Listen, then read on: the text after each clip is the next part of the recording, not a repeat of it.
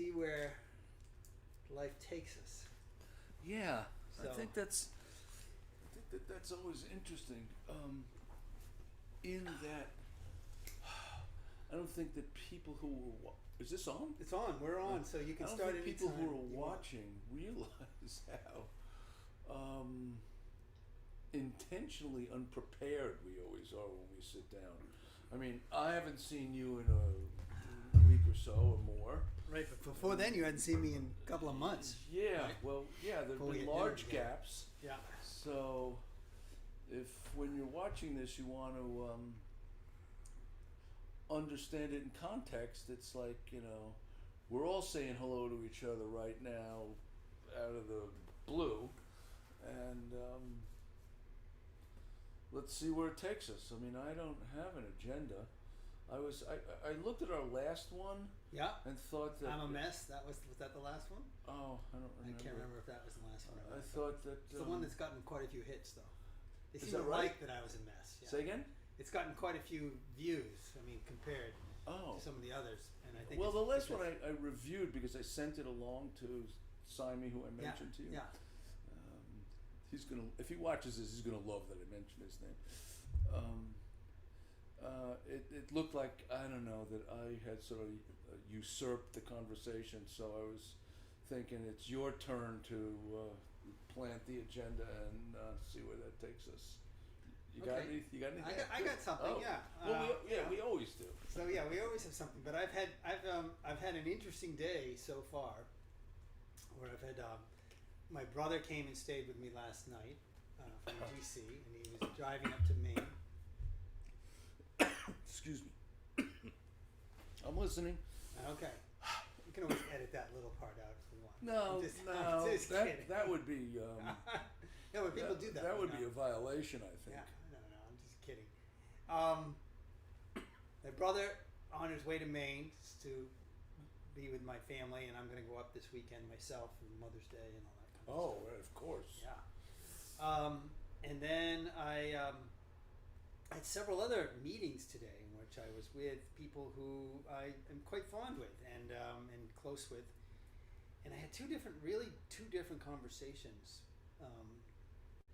One, I was with some friends who are all, practicing yogis, I would say.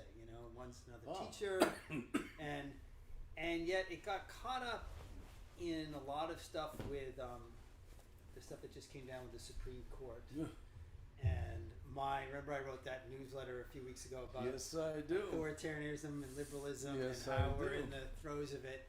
So it kind of got, our conversation got, I wouldn't say heated isn't quite the right word, but agitated. It kind of riled us up, you know what I mean? It wasn't like we were arguing so much, it's just getting kind of uncomfortable, like unsettled. And you mean... Well, it's an unsettling experience event. what's going on. I mean, this is, this is talk about what we talked about earlier. Like this is cultural change, cultural shift, like big time stuff going on. And we talked about and you and I could talk a little bit more about this whole shift towards authoritarianism, which is going on worldwide and going on in this country.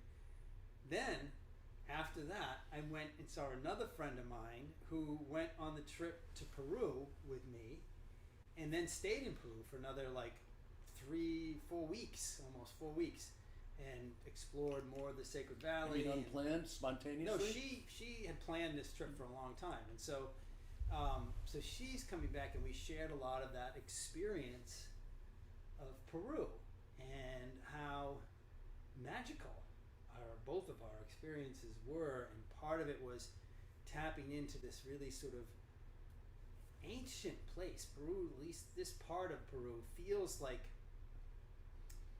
just very undeveloped, and yet in this kind of there's a sort of purity, untouched. Like this valley has not changed so much in thousands of years. And what's interesting about that is, I think I told you I flew from Cusco to Medellin, and Medellin is in a valley which looks very much like the Sacred Valley. It's got these beautiful mountains on both sides. It's got a beautiful river that runs through it. It's not quite as high in elevation, but it is at elevation. It's like 6,000 feet. The Sacred Valley's at like 8,500 feet, something like that. So, but there are 2 million people that live in Medellin, and it's a very developed city. It's a very developed city, and so you're like, okay, how come this city has 2 million people and looks like a pretty modern city, and the Sacred Valley, which is extraordinarily beautiful, doesn't? You know? Cocaine is a big part of that. You're absolutely right, but you know, that was happening like in the 80s and 90s. I mean, Medellin was well on its way before cocaine ever showed up. You know? That's probably true. You know, I guess my point is that we were talking about a wisdom that is beyond the temporal. And now afterwards, I saw a couple of texts from this group, from the previous group, my yogi group, that got into a kind of agitated argument about the state of the world, and particularly the United States at the moment. And we were kind of saying like, oh, you know, I'm not sure we should go there as a group, you know, because is it helping us?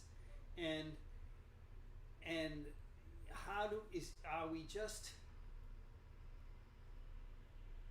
you know how there's places where you just get into sort of complaining about things, but it's not necessarily doing anything, and it's not necessarily making anything better. You're just swirling around in anxiety and it reminded me of, you'll find this maybe interesting. So I used to work at MIT, and one of the reasons why I left MIT, this isn't all the reasons why I really, you know, MIT is an amazing place, was because many of the people that I met who worked there liked to spend a lot of their time complaining about working there. Like, oh, I wasn't able to get this administrative person to help me out with this, or I'm not getting approval from the dean to do this, that, and the other thing. And I remember like thinking like, okay, wait a second, people, we're at MIT and we're complaining about being at MIT, which is like, you know, one of the most premier institutions in the world. And people seem to they got a lot of gratification from complaining about what wasn't right about MIT, as opposed to, so here's my point that I'm trying to make. We live in the United States, and we live on an incredibly beautiful planet. Okay, so that, I'm not saying there's not problems with both of those things, but what are your options? Your options are to either, like, you know, you can try leaving the country, or you can kill yourself. Otherwise, you're here. Or try changing it. You can try changing it, but complaining is not changing it. Complaining is just complaining. And the description reminds me that it's the way people complain about the weather. Right, I mean, exactly. So here's another story. I'm in the Sacred Valley, and the Sacred Valley, it rains a lot in the Sacred Valley. And you want to tell everybody where the Sacred Valley is? So the Sacred Valley is in the middle of Peru, an hour's flight from Lima in towards the mountains, towards the Andes. It's not too far from Bolivia, and it's where the Incan Empire in Cusco was established. And basically, the Spanish came in, took over 500 years ago, pushed the Incas into the jungle. Germs, stealing guns, and that was that. Right. Pushed the Incas into the jungle and up into the mountains, and that's where shamanism and all that realm of wisdom comes from. And so, and that's a synopsis. I'm not an expert on the area, but that's where I was for 10 days, and it's an amazingly beautiful place. It rains a lot there. And I had an experience once when I was hiking and walking through, and it was raining somewhat, and I felt this, like, no resistance to the rain. Like, oh, it's just raining. Like, I wish it. No, none of this. I wish it weren't raining thing. It was just raining, right? And I realized I was tapping into this ancestors, like the Incans. Like, how many times do you think they complained about the rain? I think almost none, because it's just so part of their experience. It's like, why bother to complain about something that happens all the time? Not to mention how Right. vital it is. Right. I mean, it's an incredibly lush, beautiful place because it rains there all the time, you know? And Fucking so, A. right, and it has glaciers and stuff like that. So, That's fucking B. mm-hmm. Yeah, I guess my point is, okay, on the one hand, we have some pretty challenging, distressing things going on in the world and in this country right now. These are real. I'm not trying to dismiss it. These things aren't happening. On the other hand, it's going to rain. You know, it's like we're going through some kind of shift in humanity, and it's like, and it hasn't crested yet. And so how do we navigate through this time in a way which allows us to appreciate the beauty of a day like today? Like, it was a beautiful day. It is a beautiful day out today. And yet we spent an hour alongside the river here, the Saugatuck River. We were at the public library in Westport, having a challenging conversation about the state of our country right now, which I'm not saying is invalid. And it sounded plaintful to you? What's plaintful? People were complaining? It was more just like, you know, can you believe this? And, you know, talking about, it was one of these kind of agitated, you know, when you have a conversation and you're kind of like, you're one person's kind of agitated talking, it gets you agitated, so now you're in there with you. It's just one agitation on top of another. And I'm not saying they weren't well thought out. You know, these are people I love. I care about these people a lot, and I care about their feelings a lot too. But I realize we're just spinning right now. We're spinning. We're into a circle jerk of complaints here, but nothing. You know, well, how do we come out of that? And we come out of that, and we're now wound up with no place to go, and it's a beautiful day out. And now I have to now I go and see my other friend, who is in this whole different place, who wants to talk about the Sacred Valley and about that experience. And I'm realizing, okay, how do I want to spend my time? Partly I want to spend my time acting on my Dharma. We talked about this at dinner, of how do I help quell this wave of basically what I feel is not going to be helpful for this country and in terms of the authoritarianism, this world. How are we going to take care of this incredibly beautiful world that we have, which is unbelievable to me how beautiful this world is, and yet we seem to just be taking it for granted still. And we have this incredible country, which is an amazing country, and yet we're really struggling with how we're going to organize ourselves and run ourselves right now. And so how can I help with that? But how can I also keep my peace and equanimity, and how can I appreciate the beauty of our friendship and our love for each other? And like that's where I want people to be, is where they're not losing connection with that wisdom and beauty which is always here, eternal. Like there's an eternal nature to that. And yet we're caught up in this struggle right now. And so how do we engage? I honestly feel a little bit like Arjuna. I remember we talked about Arjuna and Krishna on the battlefield, and Arjuna's having this ironic nervous breakdown about, you know, having to go and fight his kin on the other side, and Krishna's basically tells him to snap out of it and say, listen, this is your Dharma, and you need to go execute your Dharma to the best of your ability. So, but from a place of deep knowingness of our eternal nature, and that's what the Sacred Valley, that's why I said these two conversations were so interesting. Caught up in the moment of this agitation, but not seeing in a way that what the Supreme Court is doing right now is part of a wave of authoritarianism that's going on. And the wave has not reached its peak, I don't think. This is not going to be, you know, and so that, to some extent we have to ride this wave, but how do we ride it in a way which is going to set ourselves up. Both try to take care of as many people and love as many people as we can, but set ourselves up for a kinder trough on the other side. When the wave crests and goes down, and then another wave comes up, like how can we move through this as gracefully as we can? So this is the quandary that I'm trying to. So as I listen, how to do I empathize with my friends, and not disqualify what they're anxious about, but at the same time say, hey, this is part of a big wave, and how are we going to ride this wave together in a way which is we're going to get through it as best we can.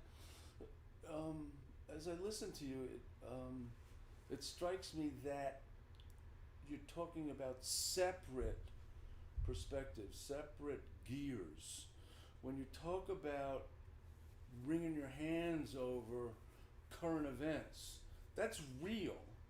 And it's one perspective, and it's happening now, so it's acute. And it's brand new in this, given this quantum leap that's taken place with Roe v. Wade. And so being part of the society that's going to have to bear the outcome, of course we're engaged at that level. However, you are imposing a separate gear to that, a more spiritual one, that also is as valid and is in the same space and time. It's just that you can't look at two things at once at the same time, and you can't do two things at once at the same time. I'm a psychologist, and I'm telling you right now, and if you disagree with me, you're wrong. There's no such thing as multitasking. You can flit back and forth rapidly so that you don't perceive the change. You know, you might be able to do one thing and text and drive and but no, you can't. You're only doing one thing at a time. And so your perspective, you're selecting to be in the conversation's riverside, all the while maybe alternatingly holding it up to what you know spiritually in real time, and both are valid. I don't think there's any reconciliation to be done. It's just I think you acknowledge that, wow, this slice is real and that slice is real, and you don't have to reconcile it. You just need to understand that both are true. Both are true. It's disturbing to be in America right now, believing, thinking, living, loving the way we do, and see what the scoundrels are doing for their own nefarious purposes and getting away with it. That's one thing. Another way to look at it at the same time is to transcend it. I mean, everybody's seen this movie before, culture to culture, eon to eon. There's nothing new. Human beings are, we may not have seen it all, and it's all been there to be seen one way or another sooner or later. Right. So it seems to me there's, like, again, there's three choices, but again, there's more nuances within these choices. So you look at the Incans and the Spanish. So the Incans had this very complex, somewhat brutal society going on already, but very complex and sophisticated in its own way. Purposeful, had incredible, I mean, the stuff that they built is unbelievable. I'm still trying to figure out how they did this, which is another conversation we could have about the technology that they must have had in order to build these things. Well, we need an archaeologist. Yeah, and there's a whole nother realm possible there. But my point is that, so then the Spanish come along, and you basically then had, I think, three choices. One was to fight the Spanish, which didn't seem to go very well. There's some pretty horrible stories of fighting the Spanish with their guns and stuff like that. Guns and steel and germs. you could run away, which what a lot of them did. They ran away into the mountains and into the jungle. So a lot of them ran away into the mountains and the jungle, and there's a whole another culture going on there. And the other was to submit, basically, to basically just say, Enslave yourself. yeah, and so what I'm trying to say is there a way of staying engaged, but then doing something to again quell the wave? Is that the word I'm saying? So that the wave doesn't get so. I mean, like there's honestly, you're talking about controlling the wave a little bit. I don't. The wave is coming. The wave is happening. There's no. But maybe there's a way of lessening the length of the wave or the height of the wave. It's kind of like if the wave is coming, then you're not influencing the wave. I guess, yeah. Here's what I do with waves. I don't know. When I'm at that horrible point where I wanted to go out past the waves, right? But I didn't make it past the breaking point, and the waves are 30 feet high. Here's the only thing that matters when that wave comes. Keep your nose and mouth above water until the wave delivers you unto wherever you're going to be. So do you do anything then? Again, that could be the way to go. So maybe as the yogi, it's like in those waves. That's the only way. We're gonna go through this wave of authoritarianism and basically oppression of anybody. And again, but that's not a wave. There's a competition there. A wave doesn't have competition. Nothing's pushing back against the wave. There is democracy pushing back against authoritarianism. Remember the wave, the pandemic wave? So remember those graphs they tried to put up during the last administration? Like, okay, we might have so many infections, so many deaths. They were never thinking, we're going to have 1 million people, which is going to happen any day now. It happened right, okay, today. So we passed by. Okay, there's so 1 million today. So there's the wave is still going. 1 million dead in America. 1 million people. Okay, and that's quite a few. However, it's like you don't. So you just say okay, but there is things that we've been able to do to mitigate that wave, right? The vaccines for one are huge, right? And the social distancing, other things that we've done. We know some techniques we can influence the impact of the wave, the wave of which you can influence. Right. So how do we engage with this in a way which so this is a good example. So the people who developed the vaccines, in order to develop the vaccines, they couldn't be running around like chickens with their heads cut off, complaining about the virus. That's not going to get them to a vaccine, right? They actually had to use their skills to develop this vaccine as fast. I mean, it's kind of a miracle this vaccine came along, right? It's a miracle. And, there's science to it, but the fact that we had this science... It's a major triumph. At the point, it's a major triumph, right? A major triumph. And, okay, that's what I want to do with this situation, with the authoritarian wave. I want to be able to apply my skills in a concerted way with a sort of sense of like, okay, here's the situation, here's what I'm going to do. I don't need to sit around complaining about the wave. I don't want to sit around complaining about the wave. I want to apply my skills in a way which is going to effectively quell the wave. The wave's still coming. The pandemic is still coming. You want to be part of the solution. You don't want to be part of the lumpen proletariat that sits there and complains about the weather. Right.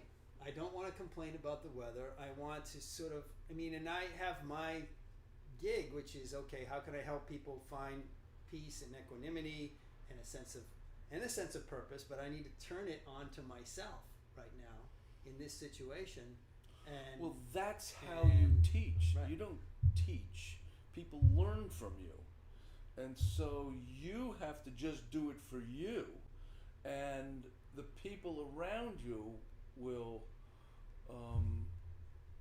well, they'll understand it or they won't, but that's the only way to influence. You can't be wagging your finger and say, do X, Y, Z like you have some recipe.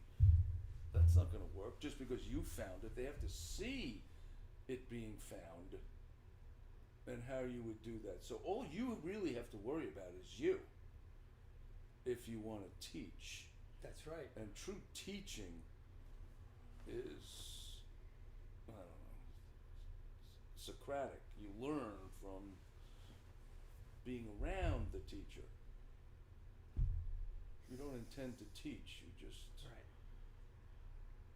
I think, at least that's what the Dalai Lama describes. You know, he could, I mean, when I think about the Dalai Lama and I think about his struggles and how profoundly unsuccessful he has been in terms of engendering peace for his own people by virtue of the choice he has made to just be loving and believing that that's all that's required, that hasn't worked. And I have a conflict about that because I defer to him a lot. If what I think and believe is incongruent with what he thinks and believes, what he thinks and believes is too simple for me to grasp and appreciate. But what I do know, as a modern person who, as you know, is fundamentally a scientist, what he's doing isn't working in his own terms. And I wonder what he thinks about that. I wonder how you reconcile that. He's going to live and die and not succeed in ways that he needed to succeed. The Chinese are going to pick the next Dalai Lama. You know that? That's fucked up. And that's an F. Mm-hmm. He gets an F for that. I hate to say it because I love him and I revere him. But it didn't work. And I wonder about that. I wonder, it goes back to what we were saying, it's the split between the spiritual and the, being in real time complaining about right. authoritarianism. And the spiritual, doesn't have that time-bound continuum. Right. So from a standpoint of his lifetime and his success, it's like, I think, we put somebody like Gandhi on a pedestal because you can see in his lifetime how the British left. He succeeded. He created change that he intended to create, mm-hmm. and a lasting one. Not so much the Dalai Lama.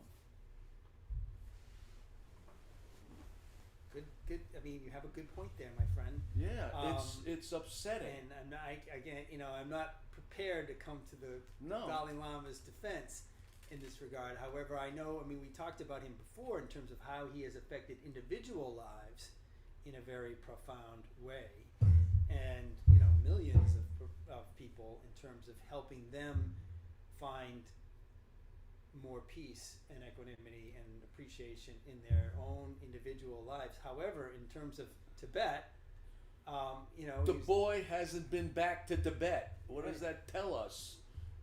He can't go. He has chosen not to go back. You could be cynical about that if you want. Right, because I think he's chosen not to be arrested. So. That's unlike Gandhi. Right, that's true. Gandhi was arrested a bunch of times. Right. Unlike Mandela. Yeah. Unlike Navalny. That's true. Who is the Gandhi of our time? He may be. I mean, he certainly is a courageous person, and who's right. So do we? Yeah.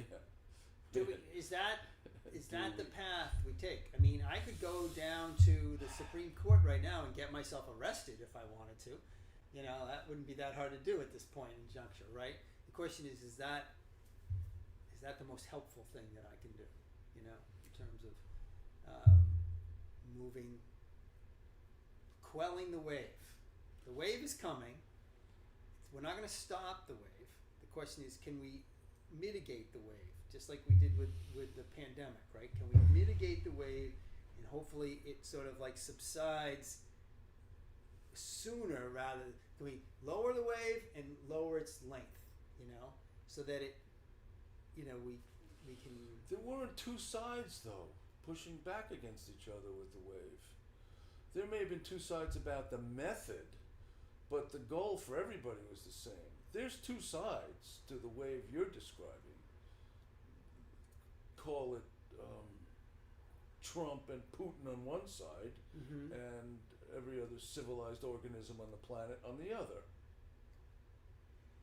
There's two sides. Right, so it's like the Bhagavad Gita. There's a battle going on. That's why I said this in my newsletter. I said there is a battle going on, and the question is, but go back to the Incans and the Spanish. Like, you know, again, you can either engage in the battle, you can try to run away from the battle, or you can kind of submit to whoever's in charge in that moment, right? So you basically for the sake of just survival, really, for what you perceive as survival, you know. And I think, like there are these stories now of parts of Ukraine where the Russians are in charge, and people just they're trying to go about their lives with the Russians in charge now. Oh, you want us to use rubles now? Okay, we'll use rubles now. You know, last week we were using, I'm not sure what the Ukrainian currency is. You know who exceeded in history that way? The Jews. The Jews exceeded. Okay. What do you mean? Well, when they came for the Jews didn't push back. They didn't think that the Germans really. Nobody believed what they were headed for in the beginning. They just did what they had to do to survive and acquiesced, and next thing you know, worse did come to worse. But I think that's actually going to happen. I think worse is going to come to worse with this wave. I mean, that's where I think it's headed. You know, I think there's going to be more oppression. In the meantime, in the meantime, I agree. They're going to win in the short run. The environment is going to kind of catch up with us, so there's going to be more pressure, more desperation. There's going to be more pressure for migration, more pressure. Things are going to get more expensive for food and water. Yeah, stuff like this. I mean, look at Lake Mead out in Look at California. The worst drought in 1,200 years. Right, it's about to run out of water. We're talking tens of millions of people, and crops that we all buy our food from are all going to get way more expensive. So this little party that we're about to undertake is about to start happening. The breadbasket of America is going to be the sandbox of America. It's going to get really difficult. And these things are going to start to collide. And people are tra-la-lying through this. Why isn't there a mass exodus from California now? Because there's a lot of nice things in California. People like living there, but the lawns are not among them. No, lawns are not among them, and for good reason. Lawns are not among them. That's what I'm saying. Come on, man. Read the tea leaves. So there's going to be a kind of a confluence of these things going on, and how do we? So here's the thing. I've said this before. We live on this planet that is unbelievably beautiful, unbelievably like we're talking gorgeous. 1 in a billion, right? I mean, there's maybe some others out there, and I'm not saying there aren't other terrestrial places out there. However, we're not gonna get to them in our lifetime. So here we are on this incredibly beautiful planet, and we actually do have the resources and technology to take care of it in such a way where we can save the environment, feed each other, house each other, educate each other, and this goes for everybody. So everybody. But but we have a lot of vested interests in hoarding it for Greed. For greed. We have a lot of greed. We have a lot of the oligarchs in Russia, but also there are plenty of equivalents here in this country, and they're vested interest in continuing to burn fossil fuels and all that sort of stuff, right? So, and the question is, the battle really becomes what who's do going to I win? do about it, given that I'm here Right. and see the earth that I want to protect? Right. I just am so in awe of having traveled to these places all around the world now and realizing, wow, we live on such an incredibly beautiful planet. Most people are good. They really are. Regardless of what their political leanings are, they're actually good. They're just trying to take care of their families and be helpful to each other. Most people are like that. But we're caught up now in a sort of control power game that is superseding our opportunity to realize the beauty of this planet and to take care of it and to take care of each other, which we can do.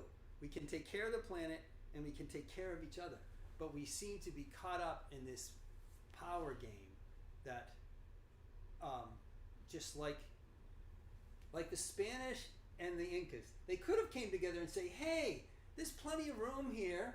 Let's both let's share in this beautiful place that you have here, this beautiful continent.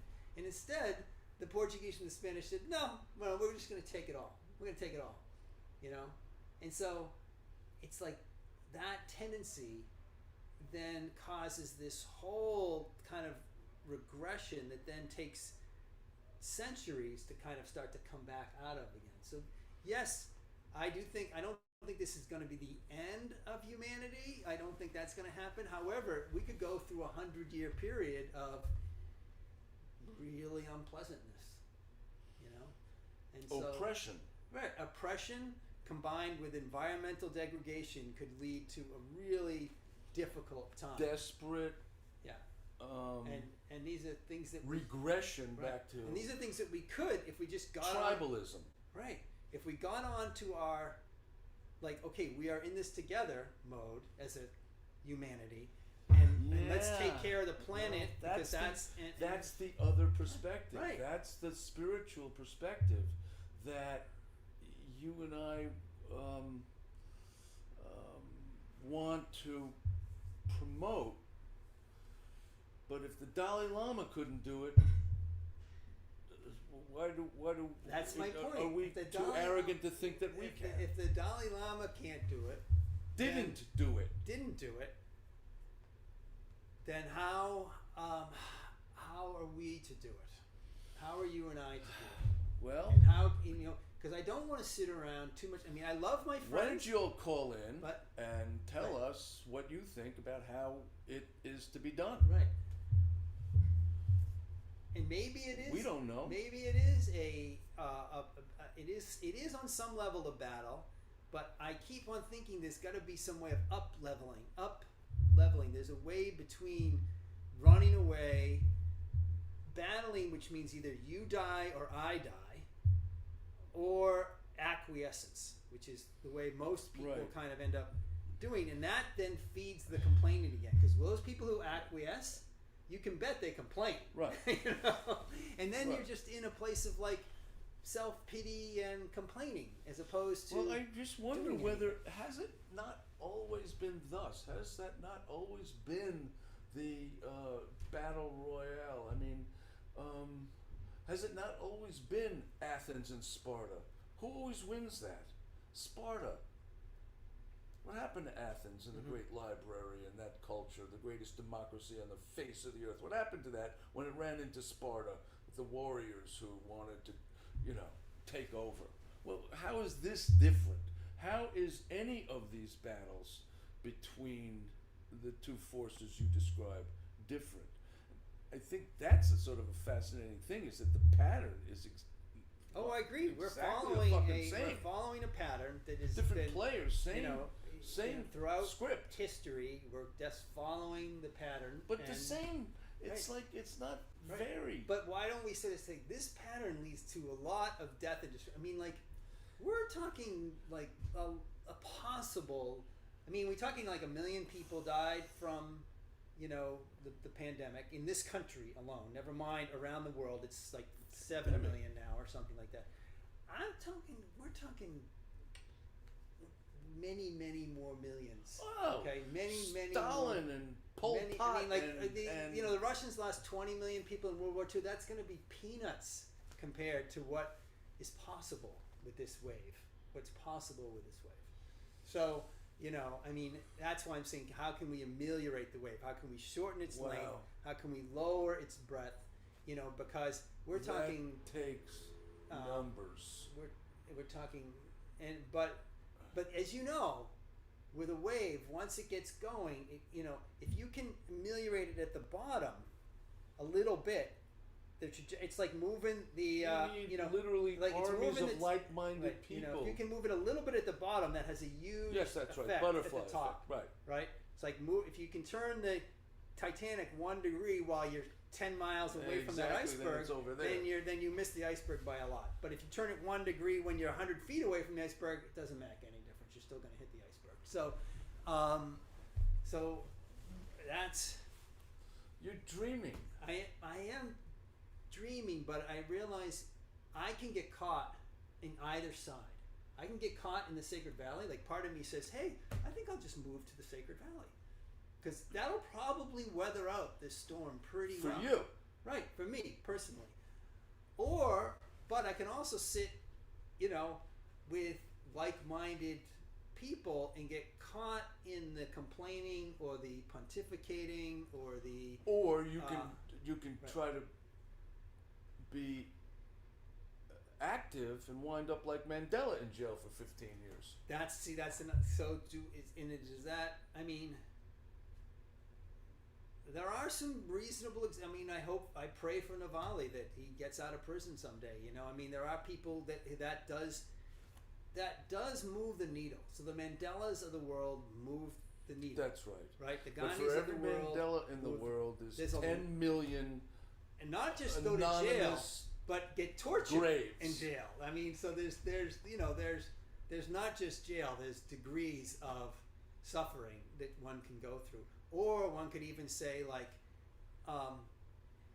in Ukraine, there are lots of suffering going on in Ukraine right now. Lots of suffering, and it's not just going to jail. There's real, genuine suffering that's going on, heroism. But one could also say, I try to step back and look at that situation with Ukraine, and one could see how, if there were other possibilities, and I'm not trying to justify at all what Putin's doing. I think it's horrible, but one can also see that the encroachment of NATO was eventually. Somebody said to me, part of what's going on with this situation with Russia right now is it's feeling marginalized by the West.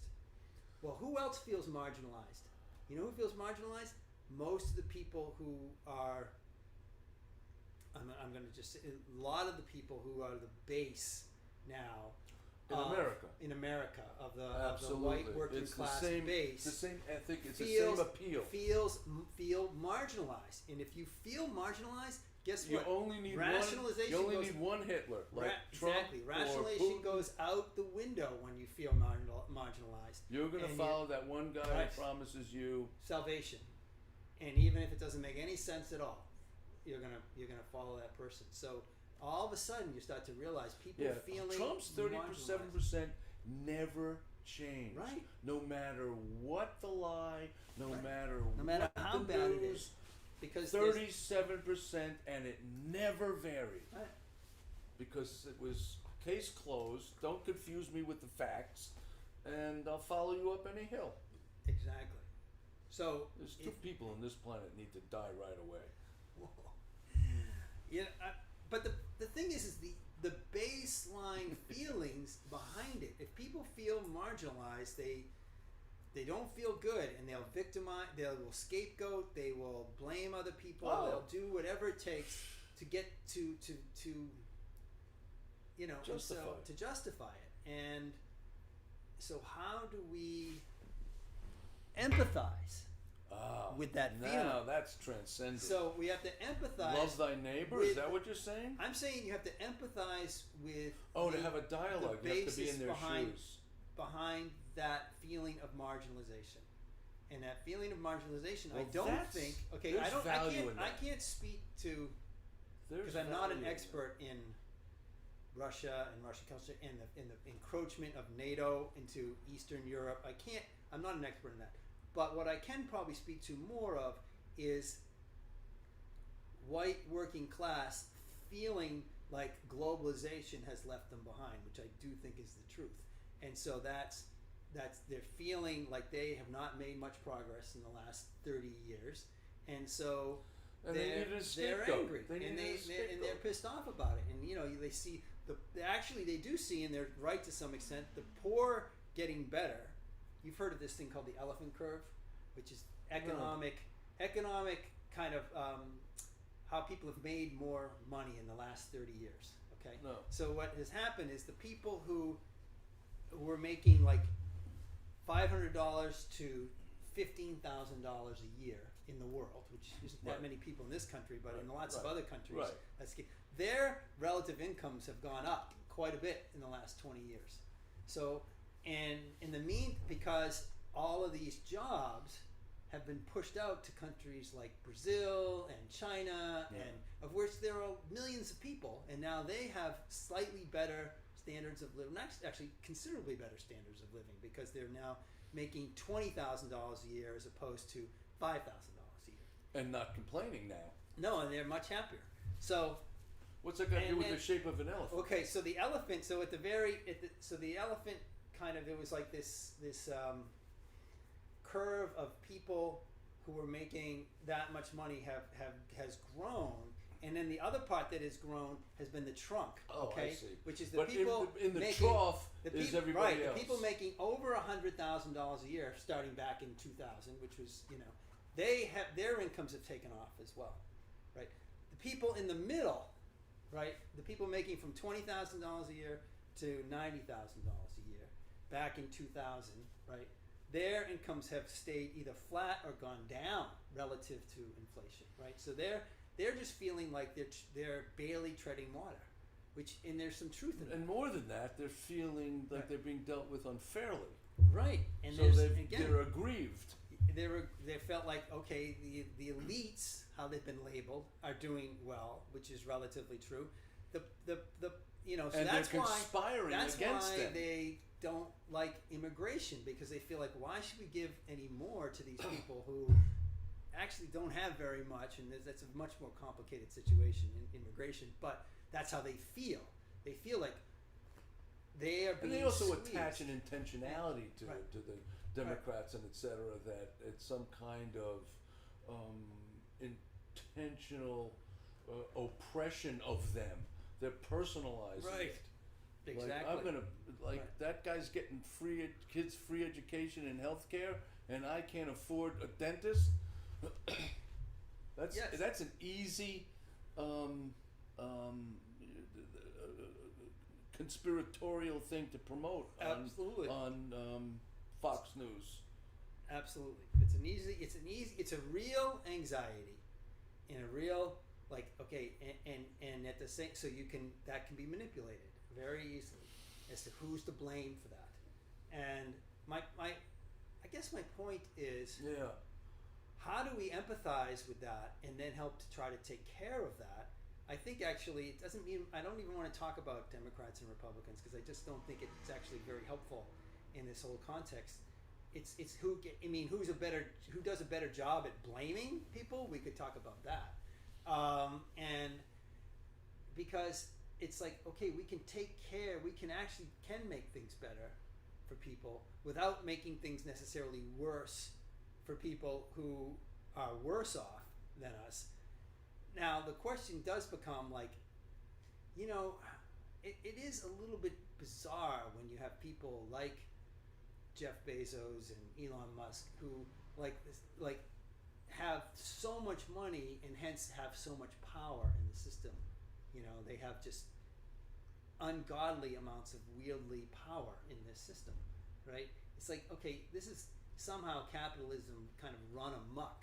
I'm not saying capitalism isn't good. Capitalism has led to many amazing advances in our world and in our standard of living. However, there's something going on right now where a minority of people are basically keeping everything for themselves, and we're not taking care of the planet. We're not taking care of each other particularly well, and that leads to authoritarianism. That's what's going on in Russia, it nurtures and and it's makes going for on, the opportunity. and it's going on in the United States right now. Is the fact that there's a large group of people that aren't being well served, and they're now being co-opted by authoritarian systems, and the irony of it is they're not going to be any better off. I mean, what's amazing, and we can see this. Okay, if you want to see what's going to happen here in this country with authoritarianism, look at what you think is going to happen in Russia right now. So even no matter what happens with Russia and Ukraine right now, the Russian economy is going to be screwed for 15 years, with all these sanctions and everything. And so that hence their people, other than the oligarchs, right, those 5% or less, right, of Russian state, are going to be screwed for the next 15 to 20 years because of what's going on in Ukraine. But that's what keeps right? the pendulum swinging. Right. I have often and thought the same thing is going to happen in this country. I guarantee it. This authoritarian wave is going to lead it's going to lead to more strife and more complaining and more violence. Combat. And more violence. And in the meantime, the rich are going to continue to get richer, and it's not going to be a pretty scene. I've often And the planet is going to suffer. So the planet's going to go. Yeah, that's like secondary. This. That's That's secondary. That's peripheral. That's like we're like what do you call it? Frogs in the pot, right? Right. The right. temperature is getting That's hotter right. and hotter and hotter. People are going. You think like 1 million people dying from the pandemic is a bad thing? Wait till you see how many people are going to die from global warming in the next 50 years. It's going to be nutty. Nutty. Go to India and see what it's like in Delhi right now. And that's you think we're not heading in that direction? You're kidding yourselves. I mean, we're kidding ourselves to think that. But you're sitting here and you originally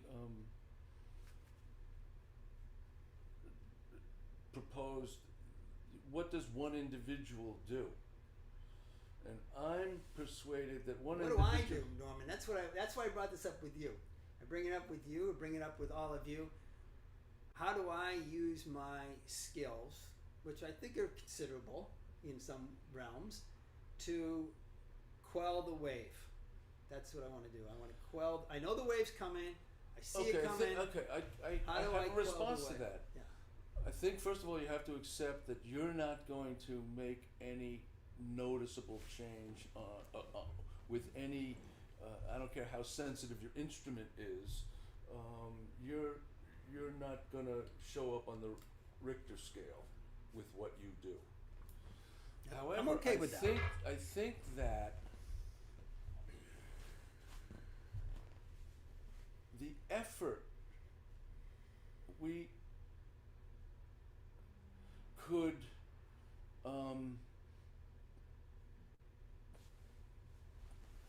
I think that marshaling our energies in the direction of whatever we can do among whomever we touch, and promote the idea that we are all in this together somehow. Now, the thing that accelerates that and exaggerates that, augments that, is a crisis. World War II, for example. Everybody in this country, you don't even read in the history books what the cultural rifts were, the religious rifts were, and there were labor versus management rifts were, and they were there. World War II drew everybody, every single body together. You didn't have enough coupons for butter, and you couldn't buy gasoline, and Rosie had to go drill rivets in planes instead of taking care of her kids, and so the extended family took care of, everybody pulled together because there was a common, literal enemy. If we could find something, I think it's ready for us to find that it's really climate change. I think that's the grandest fucking threat that mankind has in common. And what's her name? Greta, what's her name? That 16-year-old. One person. Look at she's been in front of the UN. Yeah, I know. One person. If we could acknowledge that there is this one thing that draws us together, or if it's going to be geographical, six things that draw us together that require we forget about or require the dissolution of the rifts, the blue and the red, the whatever, the religious and non-religious, whatever it is, to fight a common enemy that is actually there. I think that.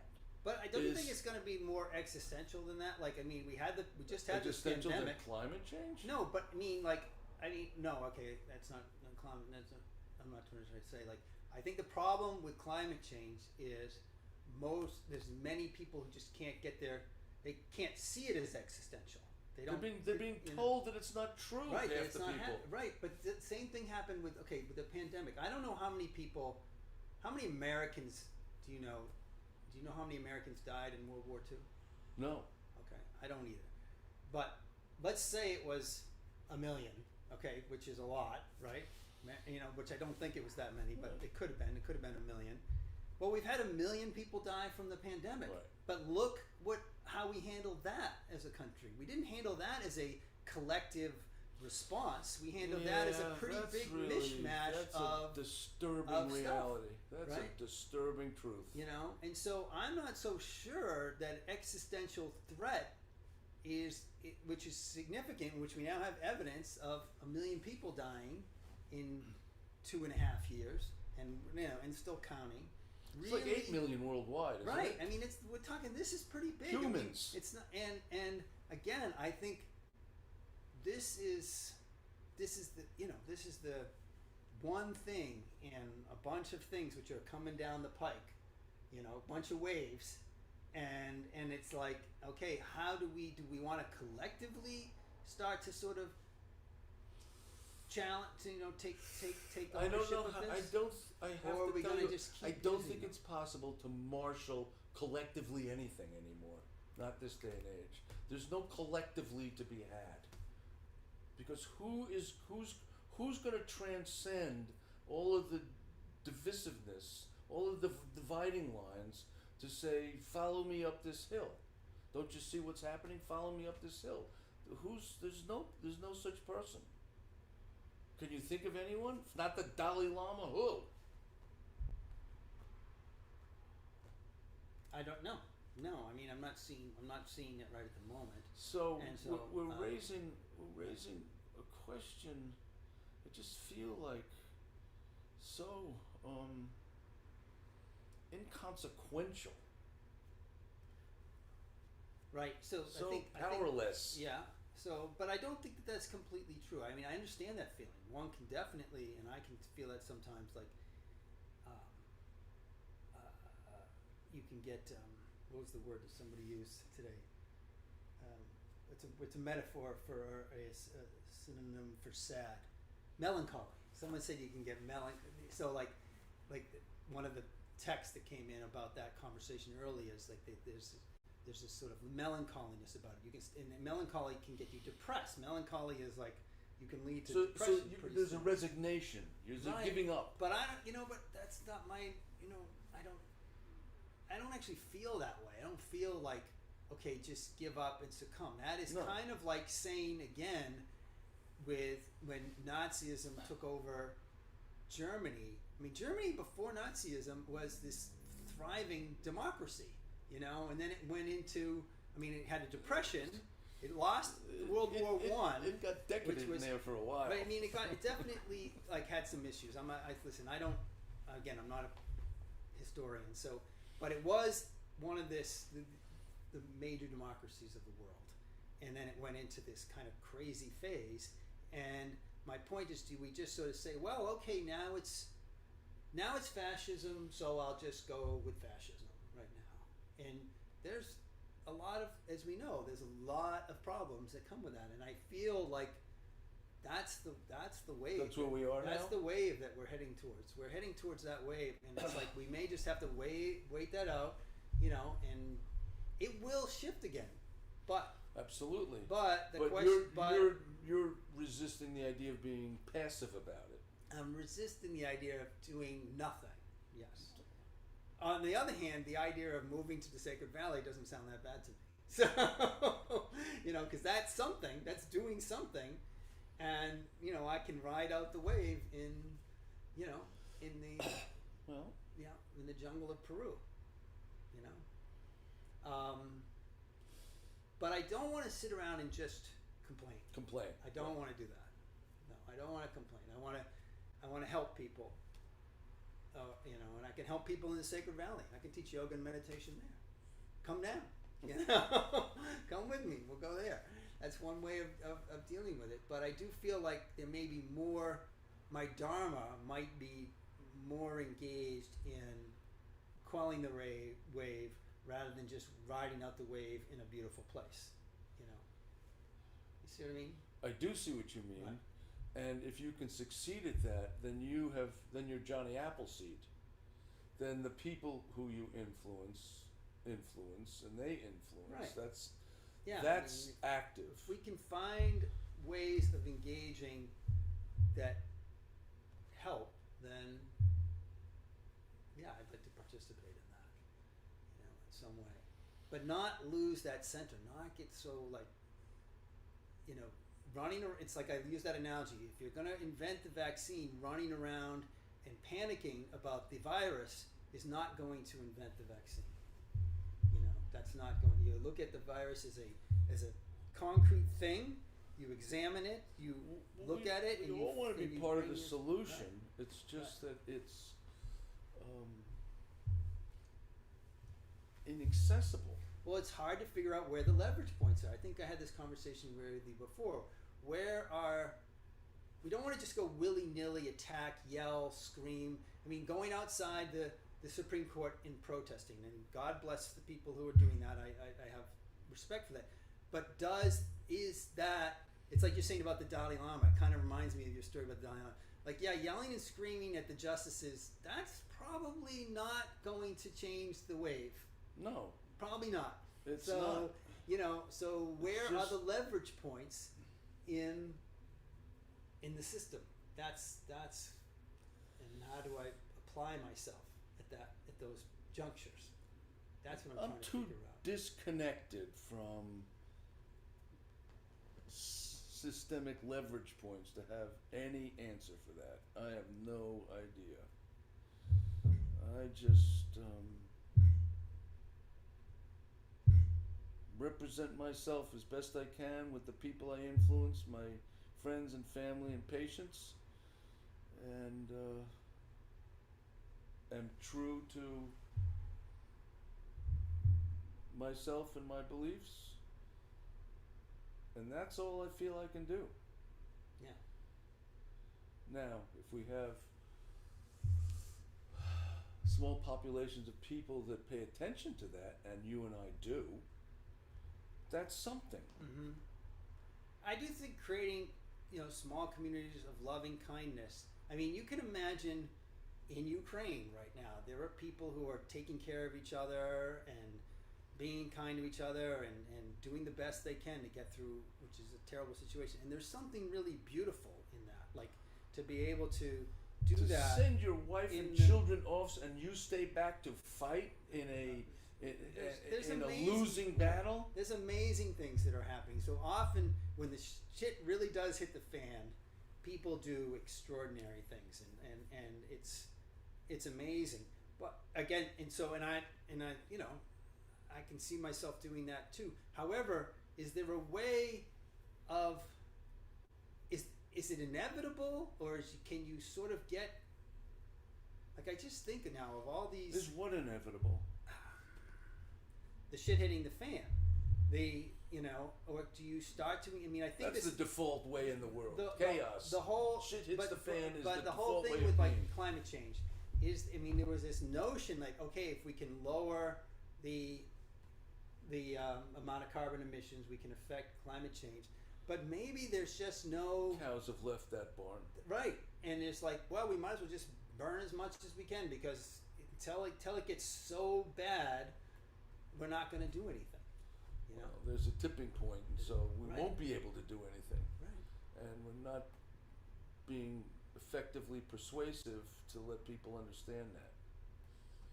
Don't we have to stop? Yeah, yeah. So, anyways, this was probably I don't know how this is to listen to, this whole thing, because we're not giving any solutions here. We're not actually sort of saying, hey, here's an answer, let's all go do this right now and it'll get much better. And I appreciate that we're probably all in this time of uncertainty, and there's anxiety around that uncertainty.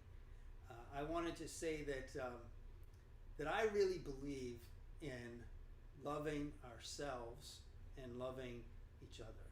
And the question then becomes, how do we do that? How do we love ourselves and love each other and love this planet and love our neighbors as best we can? And we just keep trying to challenge ourselves to be more loving, to be more understanding, to be more compassionate, and at the same time engage where we feel like some injustice is happening, something that is mean-spirited, that is controlling, that is manipulative. And I don't have the answers to that, but I know that that in the long run will take us to a better place. And so I just want to thank you. If you've made it this far in this conversation, I commend you, because I know this hasn't been the easiest conversation that we've had. Yeah, this has been a very insular thing. I just want to add one thing. I think that there is a way, there is a mechanism for that. You use the word compassion, but I think it's closer to empathy. I think that the more, first of all, you need to be willing to do this, and it's not easy. I have tried to love Donald Trump. I can't. I can come close when I put him on mute, and then I just feel sorry for him. But I don't empathize with him. I think empathy is the first step. If you can, and I don't care how briefly, if you can put yourself in the shoes of your adversary, that's the first achievable. That's an essential first step to what you're talking about. Because when I listen to you talk, it sounds like, well, we've all heard that before. You know, it's the essence of every religion: love thy neighbor. And that can be water off a duck's back if you hear it enough. But I know the way. As a psychologist, I know what, it took a long time for me to engender this, and I'm here to tell you it works therapeutically with people who are hurting. And you can't fake it. There's no faking empathy. But if you can put yourself, even temporarily, in another person's shoes, and with your brain and body and sensibilities experience their suffering, that's the purest humanity there is, and I think that is a way. How you do that on a large scale or a mass scale, I don't know. And I know it has to include that unit. Thank Peace. you. Peace. Lots of love. Thanks for listening. Thank you. Love you. Love you too.